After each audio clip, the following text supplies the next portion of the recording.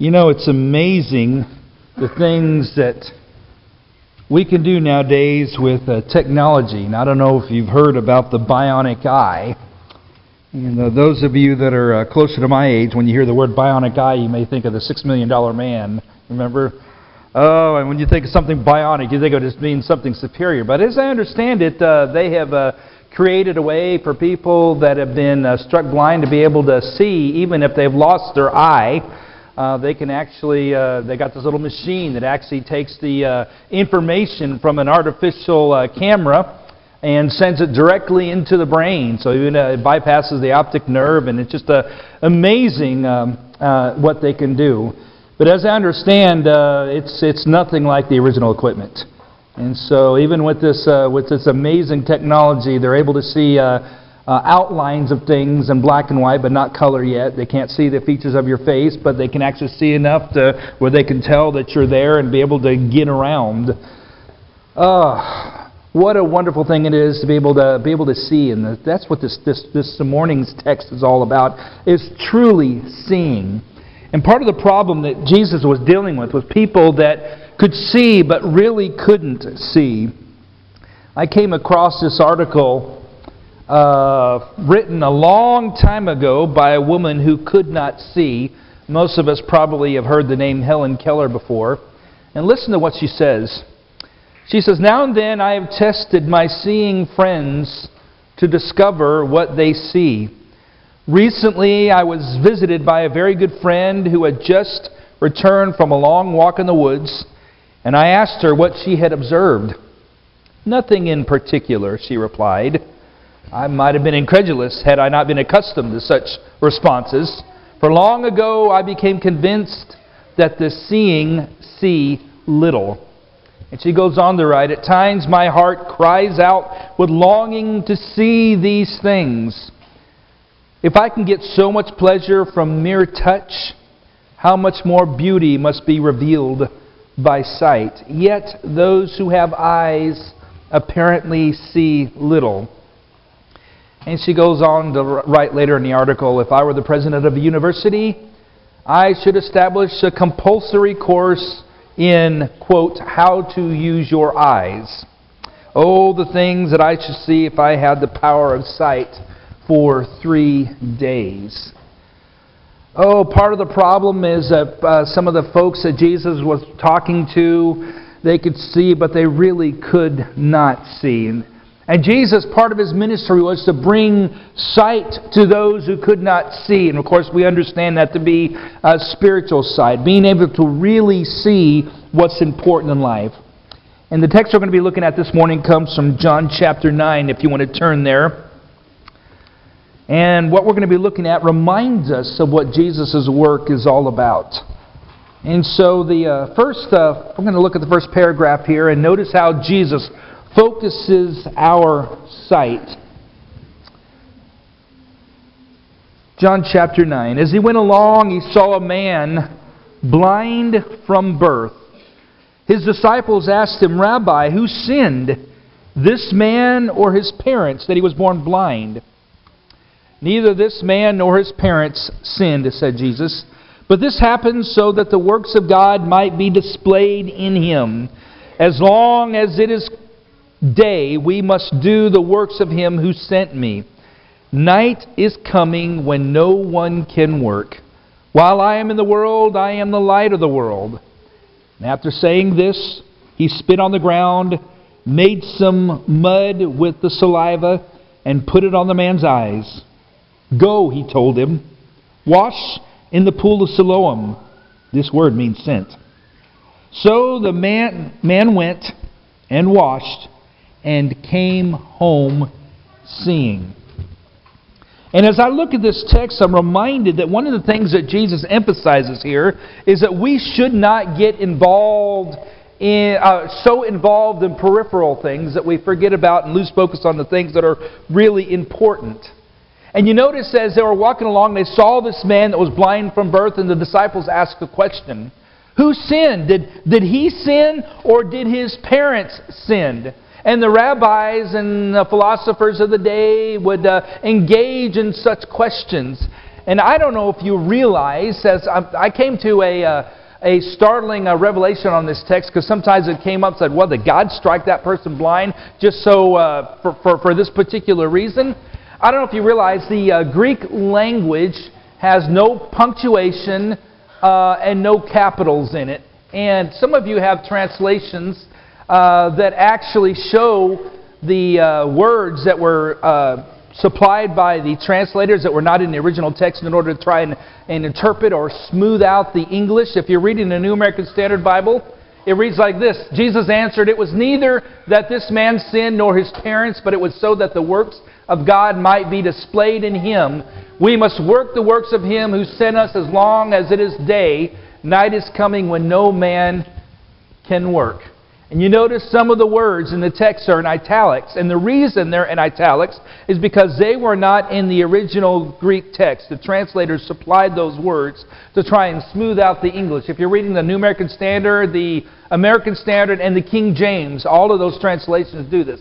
So I'm highlighting that. Those are the things, everything that's in red was actually supplied by the translators. Okay? So originally there was no verses. Originally there were no capitals. Originally there was no punctuation. And those words were supplied.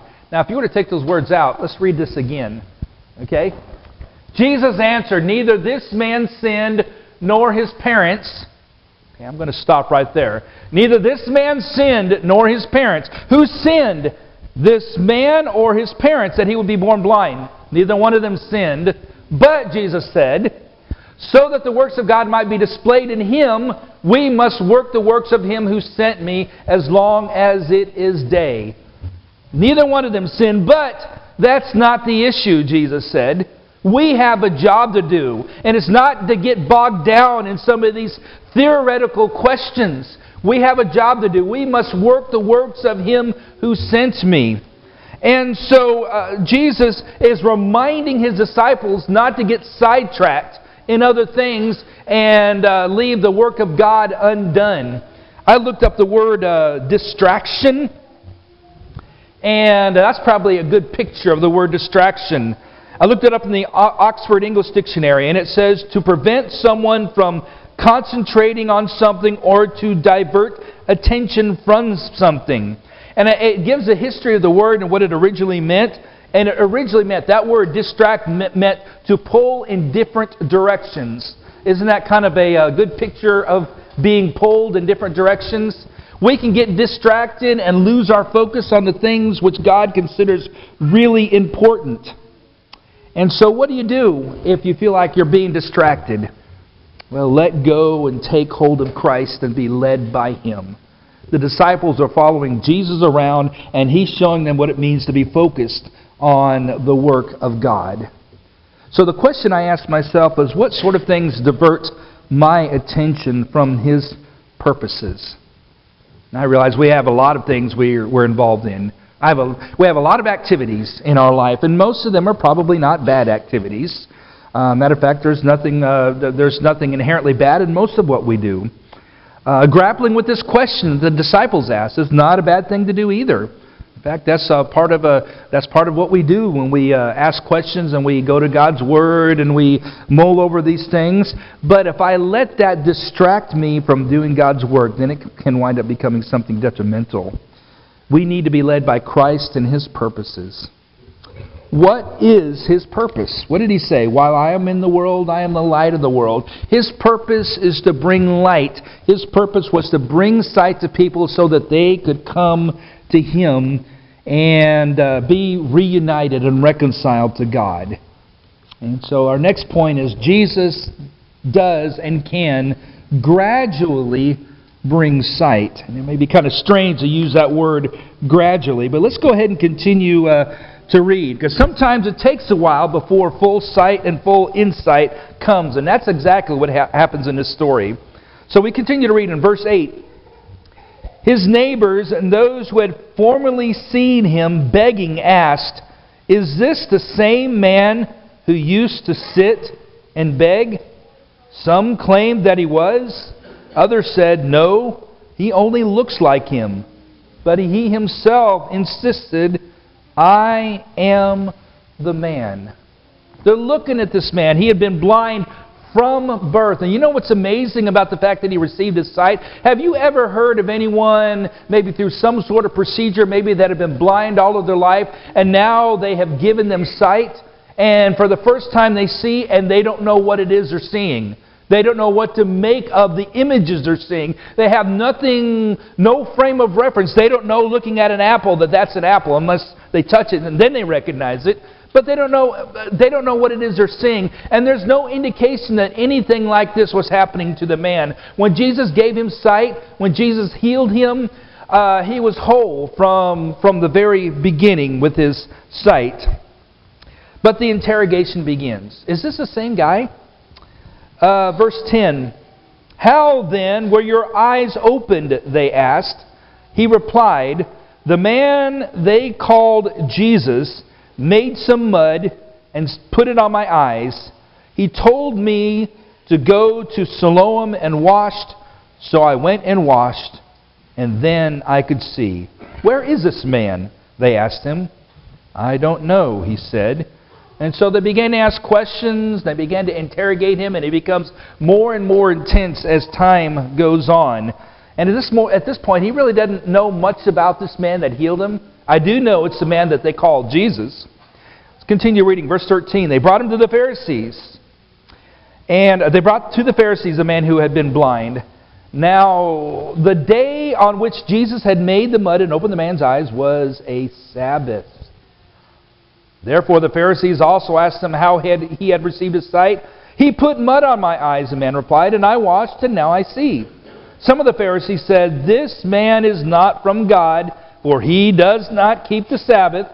But others asked, how can a sinner perform such signs? So they were divided. Now some of them refused to acknowledge that Jesus as being a man of God because he broke the Sabbath law, or he broke their Sabbath law. Now, I mean, what does the Sabbath law say in the Bible? On the Sabbath day, the first day, or the seventh day of the week, the Jews were not to do what? They weren't to work. And there was a debate that was going on for a long time at this point as to, okay, what is considered work? And they came up, I'll just give you one example of what some of these rules were like.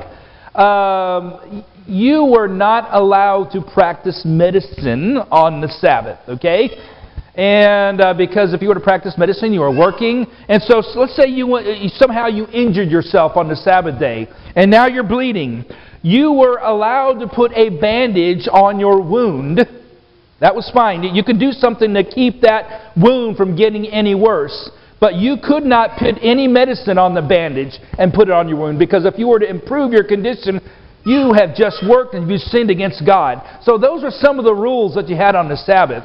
And here Jesus had made this man's sight well on the Sabbath, and some of them were convinced that he had broken the Sabbath law when really he had only broken their interpretations of it. And I think we understand that that's not what God had in mind. But now they're divided. So, verse 17, they turn again to the blind man. What have you to say about him? It was your eyes he opened. The man replied, he's a prophet. Okay, before he said, there was a man called Jesus, and then the more he considers it, now he says, he's a prophet. The man figures this man has to be from God because he opened his eyes. Verse 18, but they still did not believe that he had been blind and received his sight. Okay, they refused to accept this. And the first thing they're going to try and do is disprove that this man had ever been blind. So they went and called his parents. They sent for his parents. Is this your son, they asked. Is this the one you say was born blind? How is it that now he can see? We know he is our son, the parents answered, and we know that he was born blind. But how he can see now, or who opened his eyes, we don't know. Ask him. He is of age. He will speak for himself. His parents said this because they were afraid of the Jewish leaders who already had decided that anyone who acknowledged that Jesus was the Messiah would be put out of the synagogue. That's why his parents said, he is of age, ask him. Parents didn't want to get involved in this. They acknowledge that this is our son. Yes, he was born blind, but we don't know anything about how he gained his sight. They didn't want to take a chance on being thrown out of the community because people might think that they somehow were acknowledging Jesus as the Messiah. And so, verse 24, a second time they summoned the man who had been blind. Give glory to God by telling the truth, they said. We know that this man is a sinner. He replied, whether he's a sinner or not, I don't know. One thing I do know, I was blind and now I see. So all the stuff that's been debating, I don't know about any of that, but I do know that he healed my eyesight. Then they asked him, what did he do to you? How did he open your eyes? Why do they keep asking him the same question? You know, isn't that kind of what you do when you're badgering someone and you keep asking the same questions? Isn't that what lawyers do sometimes? All right, if we keep asking the same question, maybe we'll find some sort of inconsistency in his testimony. And I think he understood what they were doing, because notice how he answered. Verse 27, he answered, I have told you already, and you did not listen. Why do you want to hear it again? Do you want to become his disciples too? Then they hurled insults at him and said, you are this fellow's disciple. We are disciples of Moses. We know that God spoke to Moses, but as for this fellow, we don't even know where he comes from. And the man said, now this is remarkable. You don't know where he comes from, yet he opened my eyes. We know that God does not listen to sinners. He listens to the godly person and does his will. Nobody has ever heard of opening the eyes of a man born blind. If this man were not from God, he could do nothing. Okay, the man knows that since his eyesight was healed, this Jesus had to be a man of God. To this they replied, the Pharisees replied, you were steeped in sin at birth, and you dare lecture us? And they threw him out. They were not having any of this. And you notice with increasing information as he considers who this Jesus is, as he begins to understand more, as his understanding increases, his courage and his conviction about him increases as well. And it led to him being excommunicated by his community. They threw him out. Oh, he didn't fully understand 100%, not yet, but he did have courage and integrity. You know, I read about a social experiment. I don't remember how long ago this was, but there was a group of high school students in a classroom, and there was a teacher there, and he was instructing the students there are 3 lines on the board, and he told the students, when I point to the longest line on the board, I want you to raise your hand. Now, there was only one student in there that hadn't been instructed on what to do. All the other students were instructed to raise their hand when the teacher pointed to the second longest line, except for one student who wasn't told that. And can you imagine what probably happened a good portion of the time? He points to the longest line, and one student raises his hand because all the other students were instructed not to. And he looks around, and he puts his hands down. And then points to the second largest line, and all the students raise their hand except for the one student. He looks around, and slowly his hand goes up. That happens 75% of the time, according to this study. And so that says something about the nature of social pressure. And I can imagine that that's what his parents were facing, and that's what this man was facing. But this man determined to keep his hand up. I don't know much about this man, but I know he healed my eyesight, and I know that if he did that this man has to be a man of God. And so this man kept his hand up. He wasn't so sure at first, but the more insight he gained, the more resolute he became. And that leads me to conclude that one of the ways that we strengthen our faith is to increase our knowledge. Doesn't that make sense? The more we know Christ, the more we spend time in the Word, the more we put His words into action, the more we grow in wisdom and understanding, then the greater the strength of our faith becomes. And I think we see that happening here in the life of this man as well. Oh, and I think the final point. we can make from this story is that we come away from Christ either blinded or sighted. The last part of this story reminds us that no one confronted with the message of Christ remains unchanged. You can think in your mind, I'm going to stay neutral, but there is no such thing as remaining neutral when you're confronted with the message of Christ. Let's go ahead and continue reading. Verse 35 of John chapter 9. Jesus heard that they had thrown him out, and when he found him, he said, "Do you believe in the Son of Man?" "Who is he, sir?" the man asked. "Tell me so that I may believe in him." And Jesus said, "You have now seen him. In fact, he is the one speaking with you." The man said, "Lord, I believe," and he worshipped him. Jesus said, "For judgment I have come into the world, so that the blind will see, and those who see will become blind." Some Pharisees who were with him heard him say this and asked, "What? Are we blind too?" Jesus said, "If you were blind, you would not be guilty of sin. But now that you claim you can see, your guilt remains." This man who was open and honest and had a heart of integrity concerning the evidence of what he was seeing in Jesus Christ began to grow in understanding. And the more he grew in understanding, the more open he was to the evidence, the more insight Jesus gave him. And now Jesus reveals who he is. He's more than just a man of God. He is the Son of Man, the one who was promised in the Old Testament would come and set up his eternal kingdom. And the man worshipped him. And I don't know if you realize that probably he was taking a risk even doing that by worshiping this man, Jesus. He understood Jesus was divine from heaven, and so he worshipped him.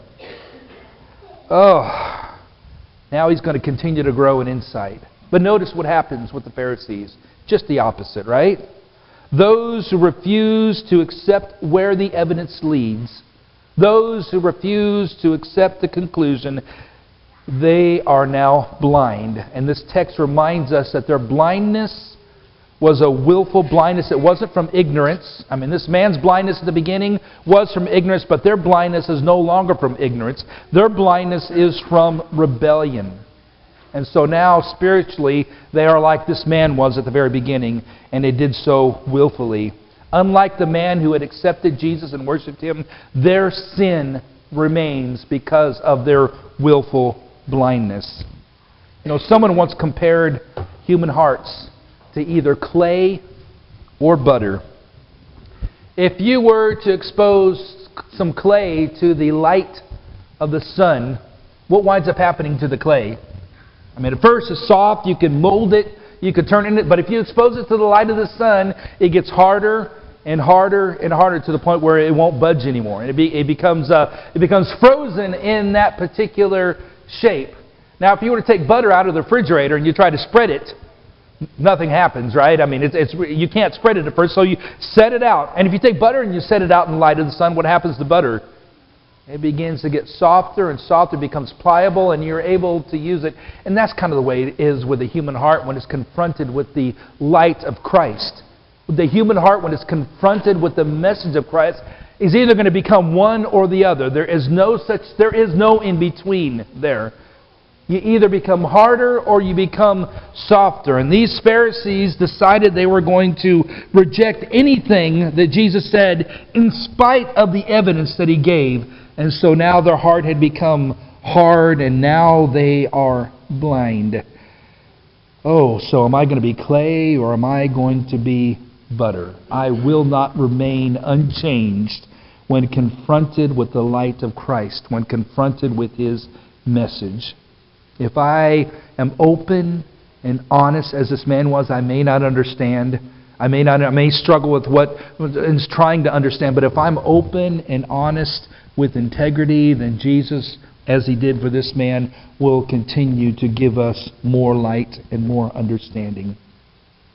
And I think this is kind of a warning for those of us that outright reject him. Yeah, I know what the evidence says. I know what he said, but you know what? I don't care. I'm not going to do anything about it.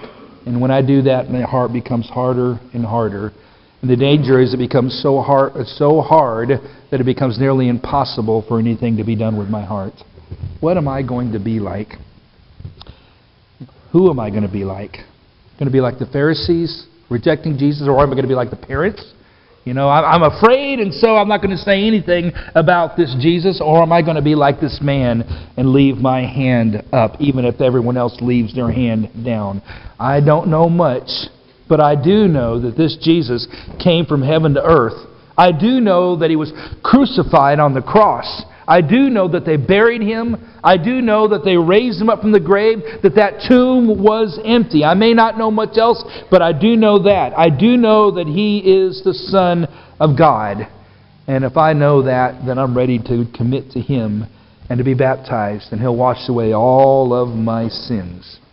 I found it interesting that the early church in the first 2 or 3 centuries often used this passage in John chapter 9 as a model for conversion. They used this as a model. One of the passages that they looked at, along with the Samaritan woman and the paralytic. And part of the reason they looked at this, at these texts, is because, obviously water was involved with all of them. But John 9 had several reminders for those who were committing themselves to Christ. It serves as a reminder of the antagonism that one faces when one accepts Jesus as their Lord and Savior. And it also demonstrates the simple courage of a simple faith. You don't need to have a head full of all kinds of knowledge in order to demonstrate a simple courage. I don't know much, but I do know that this is the Christ, the Son of God. So if you've already obeyed the gospel, if you've already accepted Jesus' lordship over your life, if you've already been baptized and He's already washed away your sins, remember the beginning of the chapter that we just read. Our purpose is to do the works of God while we are on this earth. And the work of God is to bring light to those who are in the darkness, the light of the gospel of Christ. And recognize some people may respond like the Pharisees, some people may respond like this man's parents, but some also will respond like we did, like this man did, and come to Christ. So keep that in mind. We're going to go ahead and sing a song this morning, and let this message encourage and challenge you as we sing.